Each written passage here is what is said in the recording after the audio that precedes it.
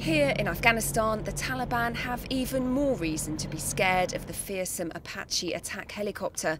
Veteran pilot Lieutenant Commander Bill O'Brien has taken to the skies.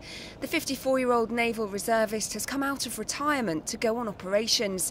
He still teaches trainee pilots as a civilian instructor at Middle Wallop, and that role compelled him to deploy. Well, although I've retired from regular service, I'm still a civilian instructor on the flight line at the 673 Squadron at the School of Army Aviation, which is the squadron that trains Apache pilots.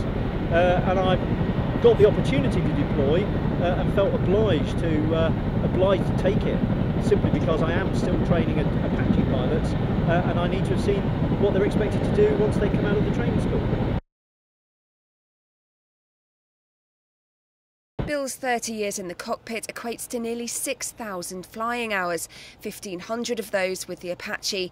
His commanding officer says that kind of experience is invaluable. We have a number of pilots here that have 2,000 or 3,000 hours, and we've got Bill O'Brien here who's 4,000 or 5,000 hours, who basically taught a lot of us. And yet again, we've got some guys here that have just passed their flying training. He's a real asset, actually, and he taught me to fly the Apache at Middle Wallop, which I don't let him forget, obviously. Bill retired from active service 4 years ago, having originally joined the Royal Marines back in 1971. He was awarded the Distinguished Flying Medal during the Falklands conflict for flying a Gazelle at the battles of Darwin and Goose Green. He says flying the Apache is a very different experience. The Apache is an absolute dream to fly, and it is a dream to fly because it's been designed around its weapon system.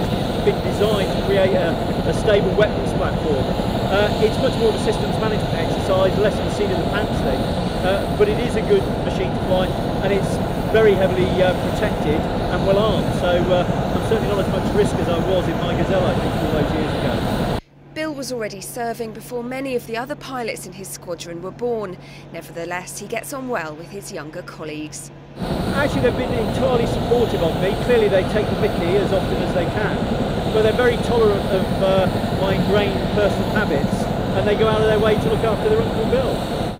There are around 600 reservists serving on Op Herrick, but Bill O'Brien is the only one piloting a helicopter. Charlotte Cross, BFBS reports in Camp Bastion.